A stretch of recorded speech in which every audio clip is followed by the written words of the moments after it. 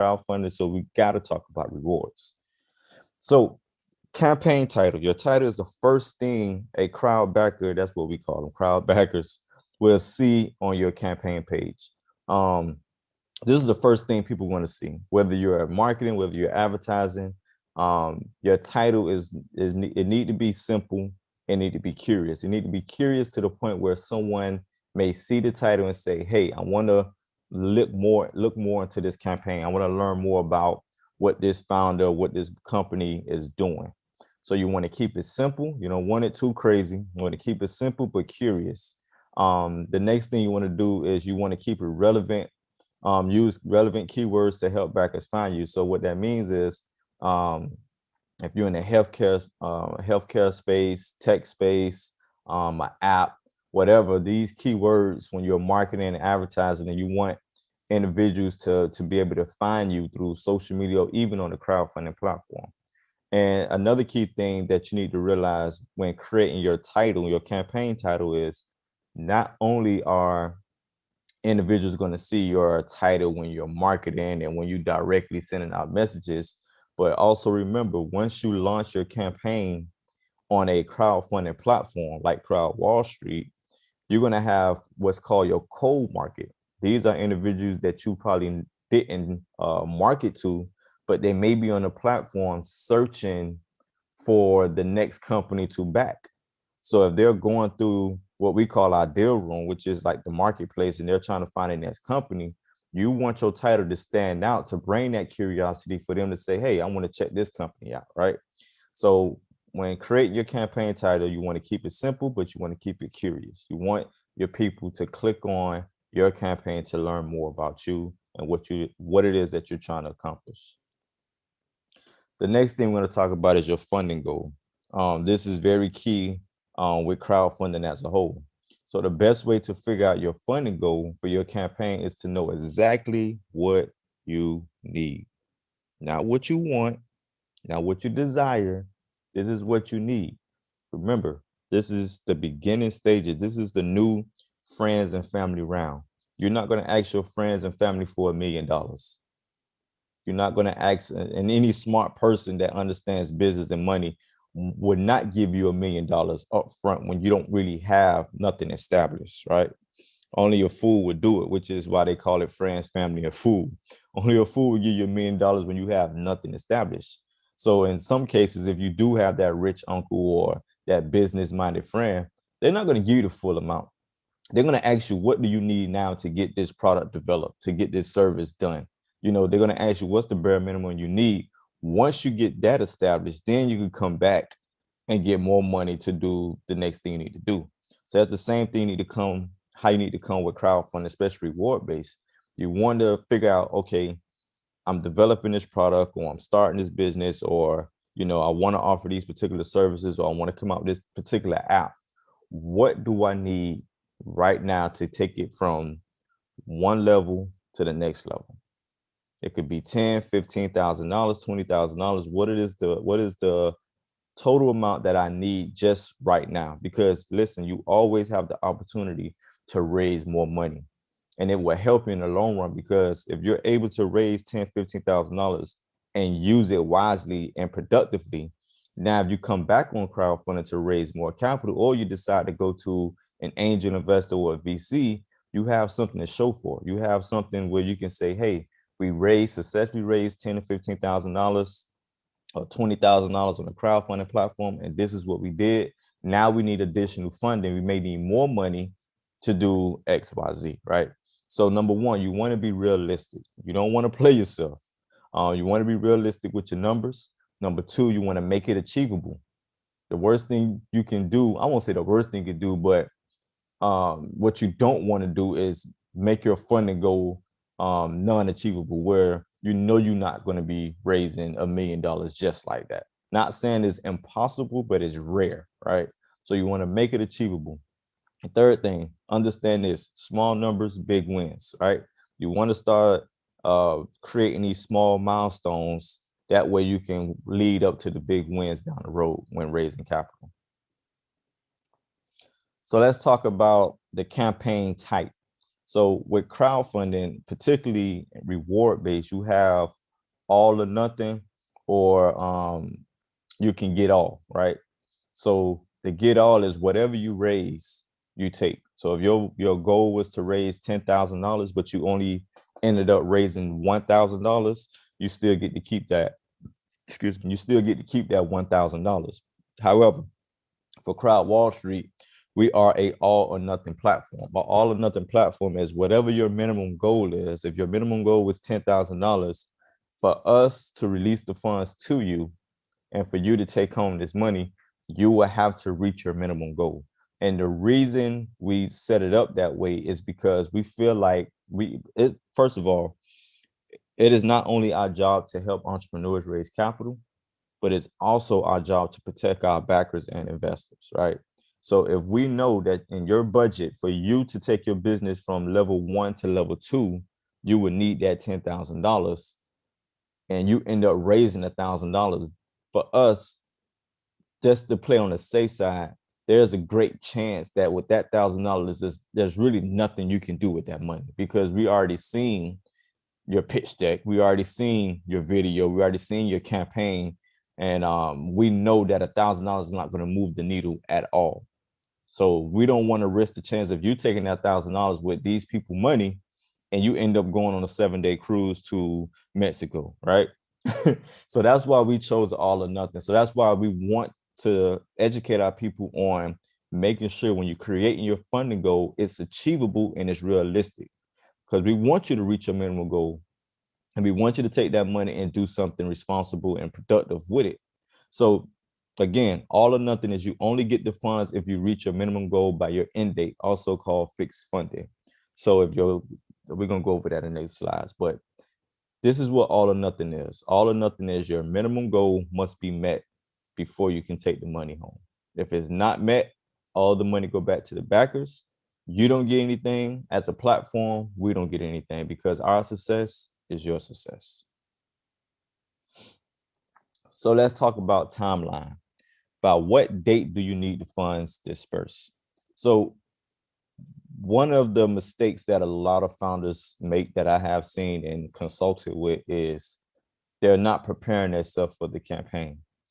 Many people are excited to raise capital. They hear about crowdfunding and they're ready to get going the next day, right? And they don't give themselves time to prepare, to rally up their community, to start working out their budget, figuring out, what is the realistic number that we need to get, to get things done for their business, right? So you always want to prepare yourself at least 2 to 3 months ahead. If your business is already, you already have everything down packed and you already know what you need, then maybe, a month ahead, but you want to build, and you'll learn more about this in our last video, which we're going to talk about marketing, but you want to give yourself at least 2 3 months leeway before actually launching your campaign. And you'll see why once we go more into the marketing aspect. So the second thing, you want to plan your campaign to run for 30, 45 days. Granted, you will have some campaigns that may run for 60, 90, or maybe, a whole year. And because of that, there's no rush for them. Most likely it's probably just a project or a nonprofit where they just collecting funds. But in this case, we recommend 30 to 45 days because you want to create a sense of urgency. If people notice a time limit to the time that they can contribute to your campaign, it will push them to go ahead and just contribute right there instead of pushing it to the back and say, okay, well, I got 3 months, I got 4 months to put in. I'll do it later. I'll do that my next paycheck, right? And then what end up happening is they'll never do it. They'll end up forgetting. They'll go by their little way. And who knows, anything can happen where they don't have the money no more. So you want to create a sense of urgency. When raising capital, you want to run it between 30 to 45 days. The third thing, factor funding, distribution, and delivery. Far as how that plays into effect with timeline is if you have products that you're raising capital for to get developed, and then you want to distribute these products to your backers, factor in the timeline for that as well, because that just say, for example, if you're running your campaign for 30 days And then on your 30th day, you close out your campaign, you successfully raise capital. If your backers are unaware when they're going to get their product, I promise you, if this will be in February right now, March 1st, they're going to be emailing you. They're going to be writing in the chat box, hey, when the product's going to be delivered? What's the status on the product, right? And so you want to create, some breathing room after your campaign. You want to let your backers know, once your campaign is closed, you will start shipping out, your products or whatever that you need to ship out, maybe 2 or 3 weeks afterwards, because you have to factor in the time that if it's in the development stage or it need to go into production, you need to you need to factor in that time.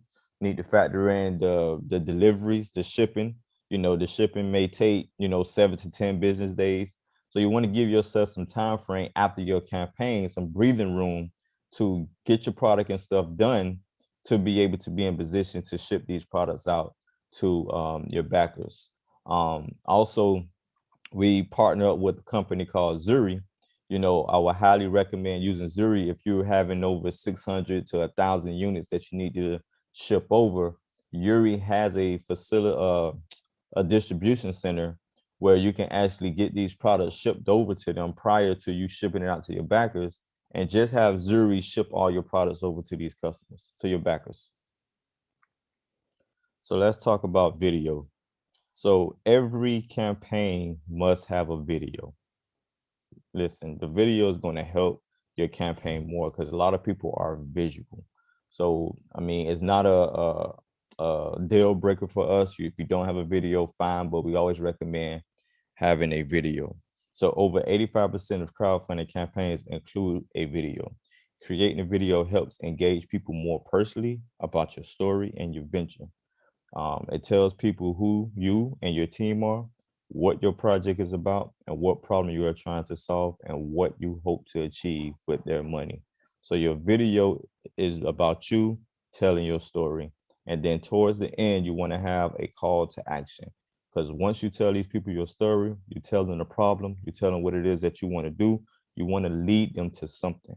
And that something possibly can be your landing page, which we're going to talk about in the marketing video. You want to lead them to your landing page, especially if you haven't launched your campaign yet. You want to collect that data of these backers. So at the time of you getting ready to launch, you have a community that you can reach out to let them know, hey, your campaign is live. Go ahead and, send your contributions. So you want your video format to be like this. Obviously, you want the intro. You want to introduce yourself, who you are, what your company is, who your team. And then the next thing, you want to talk about your why. Your why includes your problem and your solution. Why are you creating this product? Why are you creating this services? Why you started this business? Because this is the problem you're trying to solve. This is the problem that's been happening for so many years. So you want your problem and your solution into your why.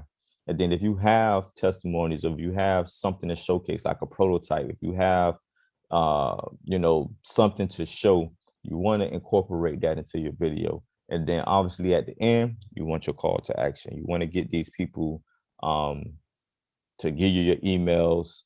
You want people to go to your landing page. The rest of you want to start getting these early commitments, not only prior to your campaign, but during your campaign, because after, like what we call post campaign, once your campaign is complete, you want to still capture that same audience, because the same people who's backing your company up can be the same people that's going to become customers for your business. Let's talk about content. Your content is what's really in your campaign. This is the whole campaign in itself. This is the meat and potatoes, right? So the less people have to read, the faster they will absorb the information on the page. You want to share your achievements. So the moment somebody see your title, they became curious, they click on it, it's going to lead them to their campaign. First thing they should see is your video, right? They listen to your video, it's going to grab their attention. The next thing they're going to see is your short summary, right? A brief background. And it's kind of similar to the video, right? Your video is going to be a short summary, but you want to have something in writing as well. This is your first impression. The first thing they're going to see is that short summary in your video. that's going to determine whether somebody want to go down to number two, which is your loan description. Your loan description gives more in-depth details about everything that you're trying to accomplish. Now, when you're creating your loan description, you don't want to make it seem like a whole research paper. If you can add photos or more videos, you want to make it interactive. You want to make it attractive.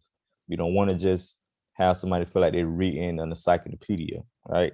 So you want to add, pictures, photos, make it attractive. You want to bold your titles. The next thing, if you have a team, post your team up. You want people to feel comfortable with giving you their money because they know that you have a great team behind you. You are a great founder, entrepreneur that's able to carry out what you say you're going to carry out.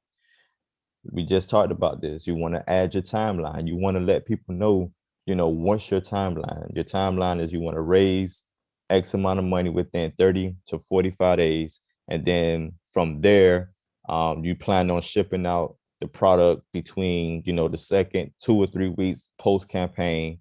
And you want to just start breaking down the timeline on your funding goals, your business goals, letting people know, okay, this is where we see the business going. This is our milestones that we're trying to accomplish. You want to put all these things in place. And then the last thing, you want to have FAQs. FAQs is where you can predetermine the questions that you feel like they will ask already. So maybe you already did a beta testing. Maybe you already had questions prior to raising capital, but your friends, your family asked about your product or service. So you want to create FAQs on your campaign. That way, it'll eliminate, people commenting, it'll eliminate people trying to email you and you completely repeating the same thing over and over and over again. So you want to create some FAQs where you already know the questions that may be asked and you already answered them on your campaign. So when you're talking about rewards, this is the key to reward-based crowdfunding, why it's called reward-based crowdfunding, right? So offering something in return for a financial backing is a good strategy and is often a key factor of success.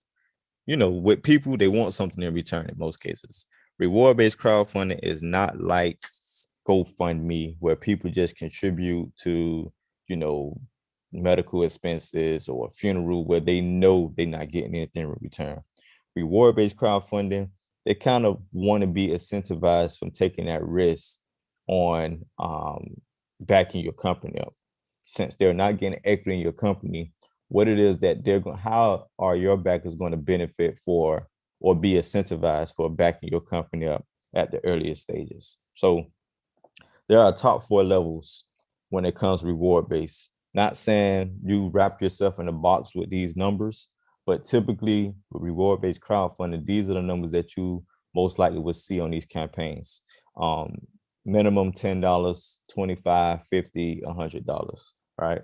And typically, because most backers not going to contribute that much money, especially if they don't, if there's not an attractive reward behind it, because you have to understand the value of whatever it is that you're trying to offer them in return or in exchange for their financial contribution, right? So there may be some cases where you can ask for $1,500, but the value of the reward have to match what it is that you're asking for. You can't tell somebody to contribute $100 and all you're going to do is give them a pen with your company name on it. The value doesn't match. Nobody's going to pay $100 for a pen just because it has your brand name on it, right? So these are the things you have to consider when creating your reward. So again, do not be afraid to set reward levels in the hundreds or thousands if the value at that level makes sense, right? Make sure it makes sense if you're trying to, have a tier level or reward level that you're asking for $250, $500 to $1,000. It have to make sense. The value have to make sense. So you may be asked, okay, what type of rewards can I offer? So a lot of this plays into effect of what it is that your company can offer. You have to sit back and look at your company. What are some things that you can offer? But here is some examples that you can use to create your reward tier for your backers. Um, your goal is to make your rewards relevant to your campaign and entice your target audience to support your campaign. So you can offer products. If you're coming out with a clothing line, um, anything that's, that's physical products. Um, and I think we went over the budget already, but it have to make sense. So you can come up with your products, where you can offer products as, in exchange for a financial contribution, recognition. You can give shout outs on social media, Facebook, put these backers on your website, send them an email. You can offer an experience. If you're a filmmaker and you're shooting a video in your hometown, so those individuals have an opportunity to come on set and watch you in action, actually get to be, part of, the film. You want to offer that experience. If you're in a service-based business, giving them discounts, or, yeah, giving them discounts on your service. And then you have, access. You want to give them VIP access. One example is giving them access to you. They contribute at, 250 or $150 or 500. They'll get access to meet with the founders. We get on the Zoom call, or they get access to a private party or a luncheon. So these are certain examples that you can use to entice your audience to feel like, hey, you know what? I want to contribute, because if I'm able to contribute XYZ, I'll be able to get some of these perks in return. So let's talk about number of rewards levels. The median number of reward levels for all the successful campaigns is about 6. Not saying you have to do 6, you can do a little bit more, or you can do a little bit less. It's all dependent on your campaign and what it is that you can offer. But as we talking about 2021, we talking about consumerism. People like options. So that's why you want to create, a couple of different reward levels. You may have individuals that can't contribute $100, but can contribute $25. So if you only have $100 up, you're missing out on a whole target audience that can contribute at least $25. $25 can add up, just like going to the dollar store. Everything's $1, but by the time you check out, you don't spend about $30, $40, right? So these $25 or these $10 can't add up. You want to leave options open for people to contribute on all levels. And don't worry about people considering doing it at 25 instead of 100 because it's cheaper. That's why the rewards come into play. If your rewards is enticing at the $100 and that person have $100 to contribute, trust me, they'll contribute at that $100. But you want to have, a couple of reward levels open where you're not only, offering $100 level, but you also have the doors open for those who can contribute at $25. So this is some reward strategies that you can use. So obviously you want to keep these in mind when you're structuring your reward tiers. Number one, your budget. You also want to factor in, okay, if I'm offering a product as to incentivize my early backers, the money that I'm getting for this product, is it going to help me to get the product developed and get it shipped and still have some money left over? Because you don't want to have, for example, if let's just say, for example, one of your tier levels, the reward levels is $10, and somebody who contributes $10, they'll get a brand t-shirt, your brand t-shirt, but your brand t-shirt is going to cost you $17. You're in the negative. So every $10 somebody contribute, you sending them a $17 shirt. It's not going to help your business. So this is what we mean by budget. You want to make sure you have, a good margin in between, whatever that reward tier is, where you have some type of profit at the end, where you're able to ship this product, get this product done, but still have money left over to run your business.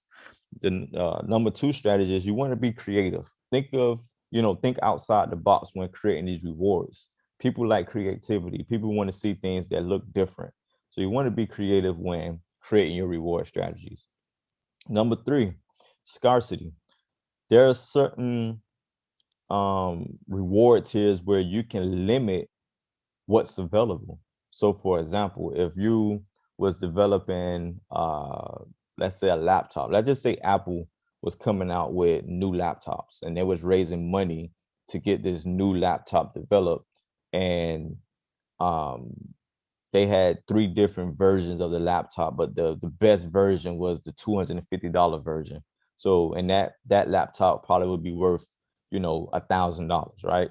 So at that $250 level, you'll get $1,000 value of a laptop, of an Apple laptop that's going to be developed in the next 2-3 months. But it's only 10 slots available, right? That's what scarcity means. So at the $250 level, we only have 10 available slots. So if you miss out on getting in that, to being that first 10, then you miss out on getting the top laptop that's going to come out in 2-3 months that's worth $1,000, right? So that's what scarcity means. You can actually create a reward level where you have limited available slots open. That will kind of push people and give them that sense of urgency to go ahead and contribute so they can secure their spot at that level. And then the last thing is bundles. Bundles is, for example, let's say your level 1 is a hoodie sweater, or yeah, just say for example, your level 1 is a hoodie sweater. Your level 2, you can bundle it to be a hoodie sweater and a t-shirt and maybe a hat, right? So a person may say, okay, instead of me just getting a hoodie at $100, I could pay 150 and get a hoodie, t-shirt, and a hat. So that's a bundle. So that will push somebody, instead of just settling for the $75 or $100 level, to go ahead and pay the $150 to get the whole bundle package. That's an example of what a bundle is. So these are different strategies. Again, these are brief videos. Right now, if you're watching this on YouTube, make sure you subscribe to our YouTube channel. If you're watching this on Facebook or LinkedIn, go ahead and subscribe to our YouTube channel, because we will be uploading more content where we get into more details into all this stuff. Right now, just a short series where we just want to spark some type of light bulb in your head to get your mind going. So these are some reward strategies that you want to consider when raising capital through reward-based crowdfunding. Consider your budget. You want to be creative. Think about scarcity, and think about bundling some of your reward levels. So again, thank you for learning. We encourage you to move forward to the last video, which is marketing. Make sure you share this video to anybody who you feel would benefit from this. I appreciate you for taking the time out to watch this video. Also, at the time of creating these series, we launched our new website. So check out our website at www.crowdwallstreet.com. Create an account, go to the deal room, create an account, whether you are an investor, backer, business, search our website. Again, we appreciate the support so far. We plan on doing more content. This is our focus, is Crowd Wall Street University. We want to educate you guys on crowdfunding in the private market. So see you in the next video.